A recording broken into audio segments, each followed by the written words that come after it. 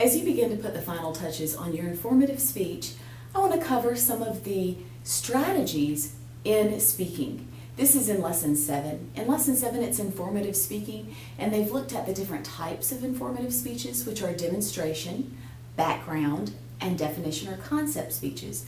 But here we're going to really delve into what's going to be most important for you as you start to practice and then deliver these speeches. There are 6 strategies. The first is to understand how to employ multisensory channels.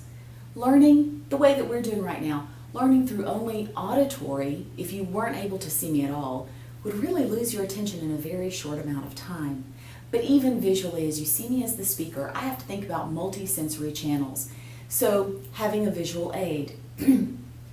If you watched in your lab time the example of the demonstration speech where the speaker talked about American Sign Language and then made the audience kind of engage in learning a phrase with her, she was employing multisensory strategies. So understanding how can you engage with your audience, make them not only hear, but something to see, something to possibly do, interact with your audience so that they're engaged. It only takes about 8 seconds to lose our audience's attention.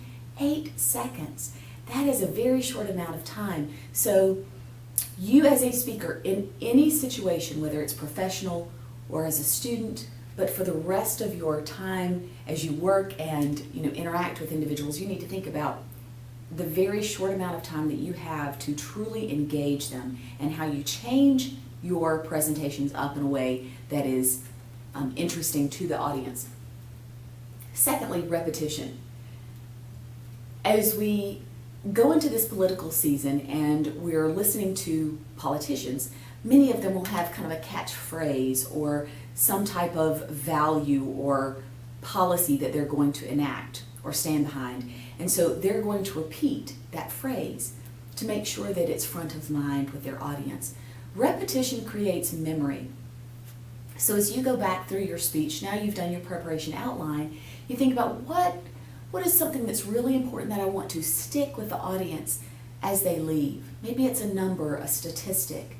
Then you need to weave that repetition into the speech so that they're more likely to remember it. The third is to explain unfamiliar terms or concepts. Many of you have expertise in an area that not everyone in your audience has. So thinking about what might I need to explain in a way that creates that shared meaning with my audience about the topic so that I can move on and go into further depth about the topic through your informative speech. So ways that you can explain, that's going to be our next point. We're going to look at the different types of ways that you can define a term or concept for your audience. And then the final thing we're going to be doing is talking more in depth about eliminating distractions, which is our last strategy. But the next is mnemonic acronyms. You're all familiar with KISS. Keep it simple, stupid. Maybe you employ mnemonic acronyms as you study. Maybe there's a strategy that has a list of points that you need to memorize for a test. You're going to think about the first letter of the first word of each of those points of that strategy and try and make something that creates memory for you so that when you go into the test, you'll have an easier time prompting that memory. You can do that with your speech as well. Let's say you're doing a demonstration speech, and in the main point, maybe the second or the third main point where you demonstrate the process, how to do something, each step in that process might begin with a word that you can take those first letters and create a mnemonic acronym. Once again, creating memory for your audience. Fifth, we look at vivid language. As I said, you have done the preparation to this point. You've done your preparation outline. You know what you're going to cover in the speech. Now's the time to go back and think about how do I create that resonance, that vivid imagery for my audience, that pathos, emotional appeal. How do we do this? Most times it's through the language choices, linguistic style. The choices that we choose for the words that will, maybe it's create a picture in someone's mind, evoke a memory or an emotion. You have examples of analogies or metaphors or narratives that you can use to also create that kind of pathos with your audience. So vivid language is key if you want to engage. Think about, once again, think about the politicians in the past, great politicians like Ronald Reagan and John F. Kennedy, that were fabulous orators. They were wonderful speakers. And of course, those speeches were written, right? And so the strategy that those speechwriters used included many of these things: repetition, but also vivid language that connected with the audience in a way that aroused emotion and made them connect with the speaker and get behind an idea. So vivid language. And then the sixth is reducing or eliminating distractions. We're going to talk a little bit about this more in depth at the end of this kind of mini lesson, but there's so many ways that you can distract your audience from listening to the message. It's not just nonverbal, but verbal as well. Let's start with verbal fillers, and like you know. So many times today, what we're doing is, if we haven't practiced our speech, our mind works at a rate of 8 times faster than anyone can speak or that we can speak. So if you haven't practiced your speech, as you're thinking of the next word, you are going to, without knowing it most of the time, insert a verbal filler as your brain works to pick up the next train of thought or word. So that or like is going to be inserted. A couple of semesters ago, I had some students that were telling me that there was a history professor here on campus who said all the time, and that in one class they counted the ums. They stopped at 300. Now, were those students getting anything out of that content of that professor's lesson? No, because they were so distracted. This is what we're talking about, eliminating distractions. As a speaker, you have to be very strategic about the distractions that you might create for your audience that act as a barrier to them actually getting the message.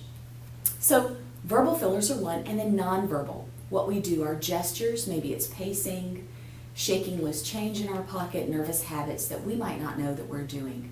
That's what's so crucial about going back and watching on Tegrity some of your speeches, even if it's your name speech, to understand what you're doing. And I would encourage all of you, as you have to for your self-critique, you're going to go back and watch your informative speech and probably become aware of a lot of things that you didn't know that you were doing that might have been distractions for your audience. Also, non-verbally is a tire. We're going to go into that a little later. 68 to 93% of a message's meaning is nonverbal. And so our audience in that face-to-face situation is picking up so much nonverbal that many times that is much more of an impression than the words that we're using. All right, so let's look at how we can define terms and concepts for our audience. Now, I know that this is small, but in your Blackboard, I have a folder with all of the narrated prezzies. In other words, you can go back and see these prezzies on your own time, on your own computer screen, and just hear a narration, my voice over it. But I feel like at least with a video, this is a little more engaging. So let's talk about different ways that we can define terms or concepts. The first one is etymology. So what is etymology? It is understanding the development of the linguistic term, the linguistic development of a word. So let's say that I'm using the word information. Well, everyone knows what information means, right? But if I were to say what the Latin root of that word, the Latin root is informare, and it means to form or shape the mind or to give knowledge. So that's a better definition of information, using the Latin root, the beginnings of that word, the development of that word. The second is expertise. Possibly you're giving some type of speech on financial, let's say, financial state of affairs in the United States in some aspect or another. If you're using a financial term, it would be very easy to go then to an expert, someone on Wall Street, Alan Greenspan. How does he define that term, right? So we can go to many different financial sources to choose one that defines the term in a way that is going to help us make our point with our audience. So expertise. The third is symbol. And symbol is actually showing your audience. Showing your audience. This may be an awkward, possibly example. But let's say that you work at a carpet store here in Tuscaloosa and you're going to give an informative speech on carpet and the different types of carpet. Possibly you're going to bring in some of those little sample, right? Little kind of foot samples of different types, shag, Berber, and sisal. That would show symbolically your audience what the different terms are in case they don't know. Now, let's say that many of you are previous Girl Scouts or Boy Scouts, or you're doing some kind of informational speech on sailing and you're showing them how to do a knot or talking about a specific type of knot. This would really be best for operation definitions. In other words, you're going to show the audience how to create that knot. That works for demonstration speeches. So an operational definition is by demonstration, demonstrating the word or term. So once again, if you were doing a speech on sailing, talking about a specific type of knot used in sailing, you could actually demonstrate that or show that. That would be an operational definition. Now let's move on to strategies, because if you don't take anything else away from this speech, of course I want you to use some strategies already that we've talked about, the 6, but this last one is crucial, and it's crucial for the rest of your life, especially as you get a job and advance in your profession, whatever that is. And that is to eliminate distractions. As I said, 68 to 93% of a message's meaning is nonverbal. Much research has shown that 7 to 17 seconds is all it takes to make a first impression. And in some other research, it says that 30 seconds to a minute within that time frame, someone knows whether they want to hire you or not. Is this fair?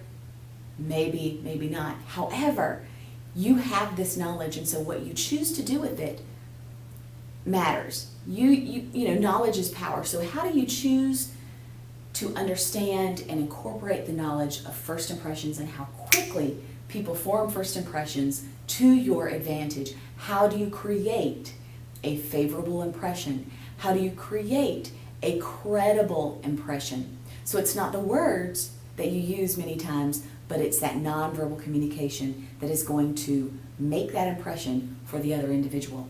So how do we eliminate distractions? Let's just talk about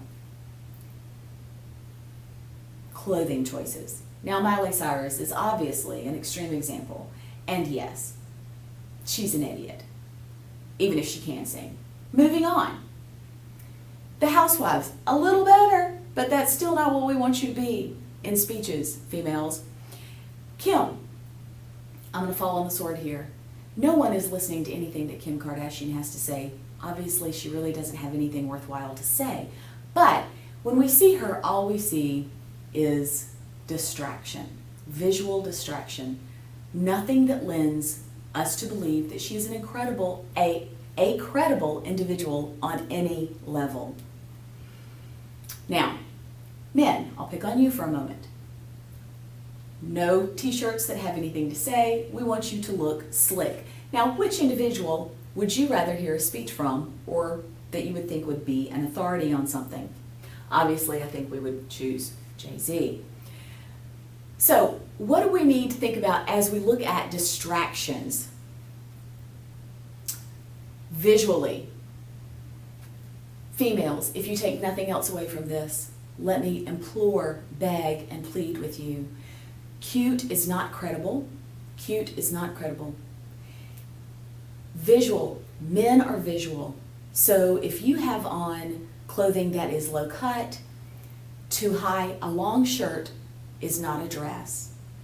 If it's too high, if it's too low, if it's too tight, no one is taking you seriously. They are looking at you and making impressions based on appearance, and that's it. So if all you want to be seen as is cute, then go ahead. But if you want to be taken seriously, if you want someone to listen to your message, then you have to eliminate those distractions so that people can actually hear what you're saying. So females, what I would like you to do for our speeches as we call for you to dress in business casual or business professional attire, that you wear slacks that are not too tight, that you wear dresses that are actually below mid-thigh to the knees, that clothing is comfortable and complimentary for you and of you, not a distraction. not too much jewelry, not high heels. Anything that you would wear out to the Houndstooth, to a bar here in Tuscaloosa, is not something that you're going to wear to give a speech. Men, what I would like you to do is to wear a collared shirt. The most informal that you can be would be some type of polo collared shirt, khakis that are pressed, a belt, and some decent shoes. No types of sandals. What we'd love for you to have on is some slacks, a button-down shirt, possibly a tie, and a belt. We want you to look good so that we are taking you immediately in that first impression to be a credible individual. And then, of course, as the speech goes on, we weigh your credibility to the sources that you bring to that speech and the information, the logical structure of the speech as you reveal it to your audience. The next lesson is going to be delivery. We're going to be talking more about nonverbal communication, as well as vocal variety, how you use inflection, pauses strategically, tone, pitch of voice. Before we get into that, because you're going to be starting your speeches now, let me say for the females, the higher the pitch of voice, the less credible it is. So bring that tone down. Alto tenor is more credible than a really high, sweet baby voice. Men, everyone needs to speak with volume, resonating through the audience, reaching the person that's in the back of the room. But make sure that you're articulating and enunciating so that your audience can hear you and that you sound interesting. Don't be monotone. Be interesting non-verbally as you deliver that speech. Practice, practice, practice. There was a guy last year who did a survey on the people who had the 50 most watched, most viewed TED Talks. And he asked them how many times they prepared or ran through their speeches. And the average number of times that each speaker ran through their speech, practiced it, was 200. Please go ahead and practice that speech, record it on your phone, listen back to it, see if there are any distractions that you have that you need to eliminate before the time to give the speech, or if there's some strategies like vivid language, examples that you can employ that will make it more effective. Thank you.